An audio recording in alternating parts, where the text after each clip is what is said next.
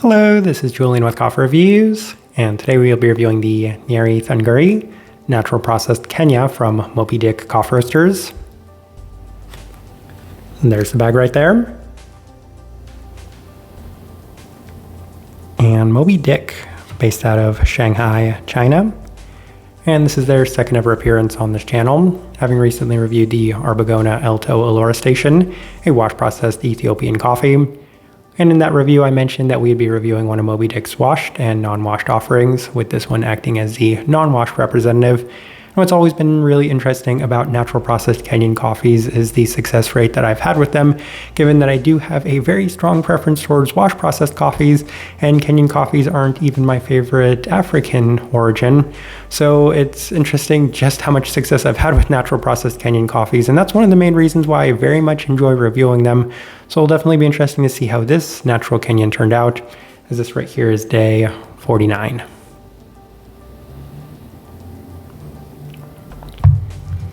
And once again, Moby does have a recipe for all of their coffees on the back of their bags, and the recipe that they had for this one was an 18:1 water to coffee ratio, brewed at 96 degrees Celsius, about 205 degrees Fahrenheit.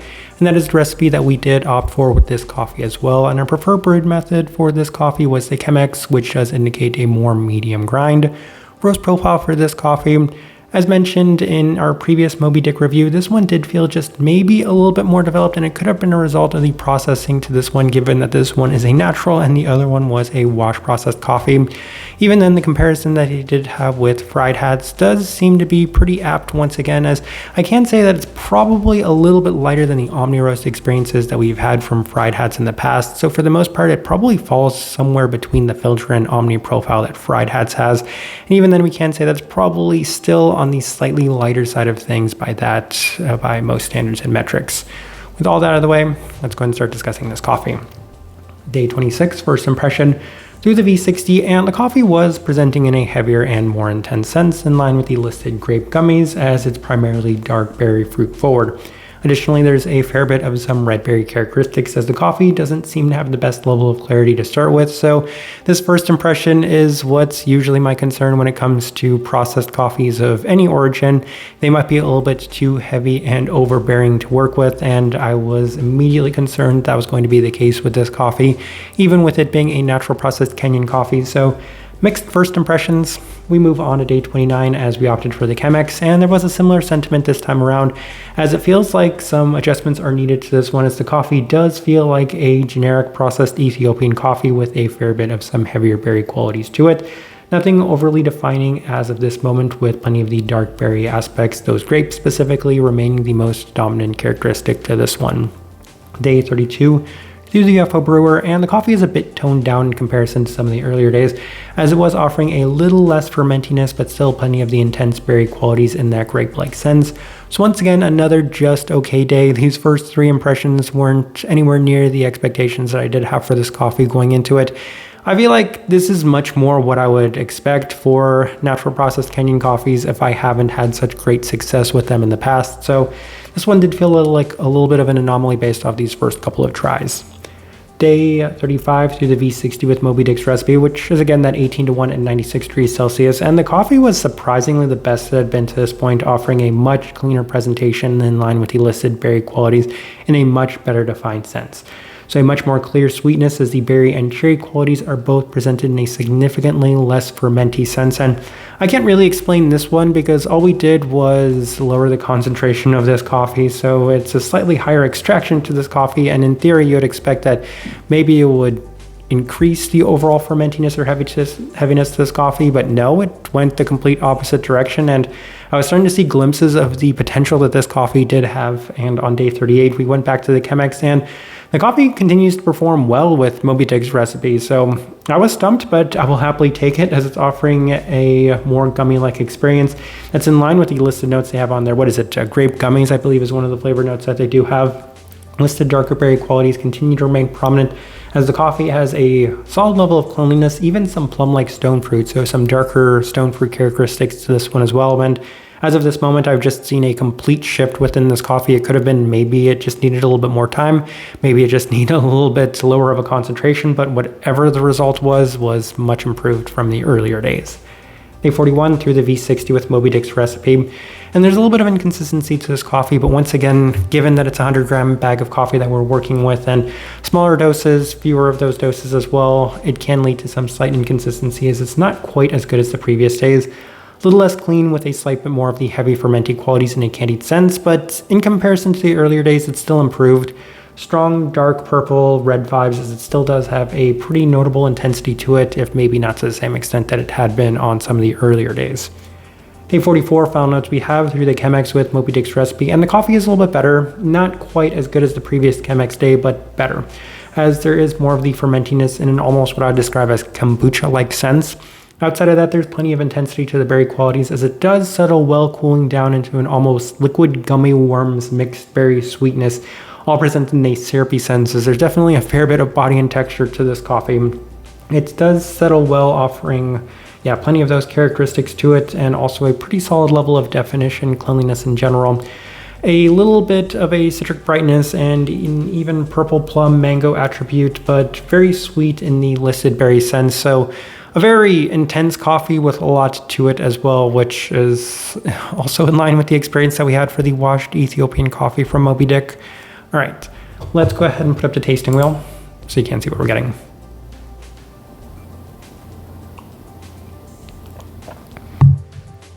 And we have two level 5s. Let's go through both of those real quick, and we'll start with the sweetness level 5. I'm not sure that's too much of a surprise to anybody involved with this coffee, given that it is a natural processed Kenyan coffee. I think when it came down to it at the end, I looked at this coffee and just said to myself, it is so unbelievably sweet. And while it may not be overbearing and intense, I don't want to conflate those two things for kind of knocking down any of the sweetness that was presented within this coffee. So level 5 is where we opted to put that. As mentioned, it's got an almost liquid gummy worms-like feel. I don't know how much more sweet a coffee like this could actually get. Berry fruit level 4. As mentioned, a lot of berry characteristics to it, and what do they have? Cherry, grape, blueberry. I mean, you'd fully expect this one to just be an abundance of berry qualities, and it was throughout the entirety. Mixed berry is kind of the best description that we do have because it does come and present itself in all of those regards. So level 5 where we opted to put that. I reserve the level 5 for berry fruit for coffees like this because these coffees exist and they can be just so berry fruit forward. But they're not heavy. Like the cherry quality to this one, anytime I see cherry with any processed coffee, it's an immediate red flag. Not that bad in this one. Same thing with the grape characteristics. I mean, both of those things should have scared me off on this coffee. And I feel like if it was a Central American coffee or even an anaerobic natural Ethiopian coffee, I just would have skipped it altogether. But given that it was a Kenyan coffee, I decided to roll the dice, and if anything, it was a success. Level 5 in this with a level 4 for finish is actually a big win for me. Let's go ahead and discuss that. Level 4 for finish, and that does indicate that this coffee is not overbearing.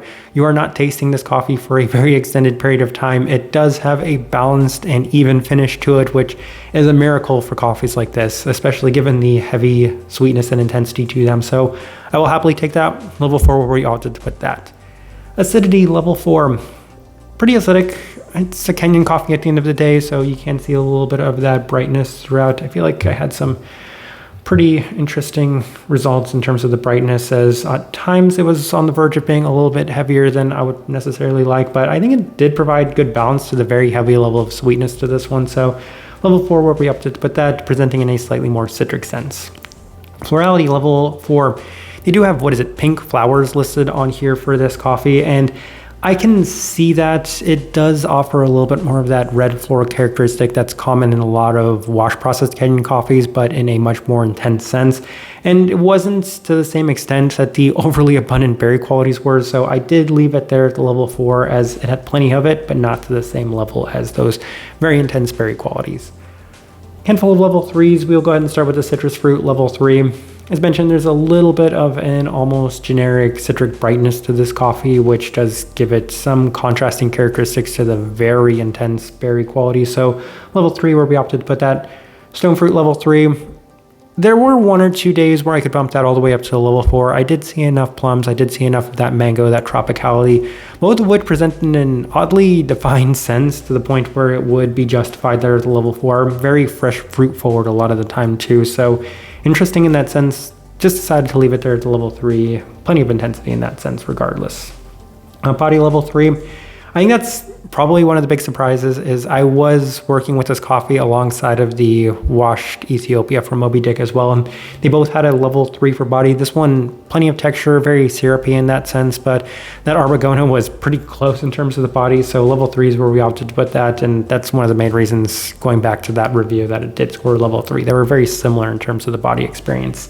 And then the final thing we're discussing, definitely the most important thing, cleanliness level 3. I don't know if that is a victory because I know that this coffee is capable of reaching a level 4.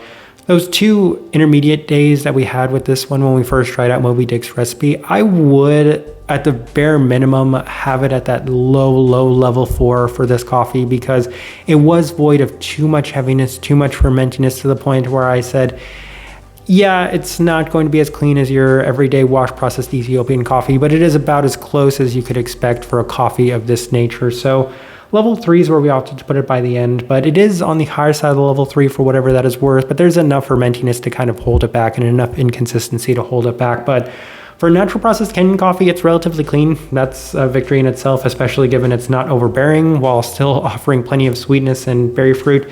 In theory, this tasting wheel shouldn't exist, but it does, and for that reason, I'm thankful that it does, because as I'm looking at it, I do think it is an interesting but pretty good representation of what I was getting from this coffee. All right, so my overall thoughts and impressions of this coffee.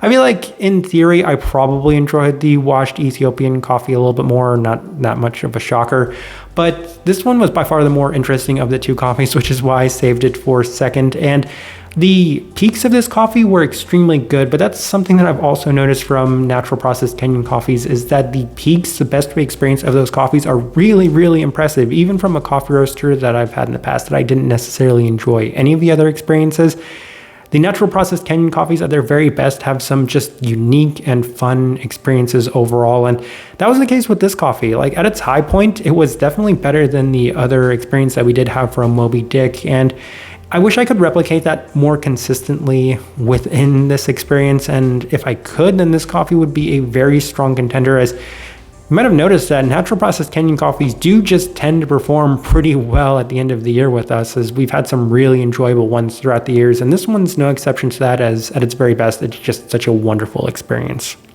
The type of person I would suggest this coffee to, I feel like if you do enjoy the very rich berry qualities to it with a little bit of fermentiness and plenty of sweetness, then this one's a very good fit, largely because it does still maintain plenty of structure and plenty of clarity to it throughout the entirety. I mean, we have 2 level 5s, and it's kind of an easy recommend based off of those 2 things. If you like really sweet berry forward coffees, then this one is going to fit both those categories while still offering plenty of brightness and a solid enough level of sweetness to it with depth. I mean, we're also getting some stone fruit characteristics, also some citric qualities to it, and some florality, so plenty within this coffee. Kind of the best direction I can point somebody towards on this one, and also the best way I can leave this review. If you by chance had an opportunity to try this coffee, I'd love to know your thoughts and impressions of it as well. If you're enjoying the content, give this video a like, subscribe if you're not already subscribed. This right here has been a review of the Nyeri Thunguri, natural processed Kenya from Moby Dick Coffee Roasters. Thank you for watching.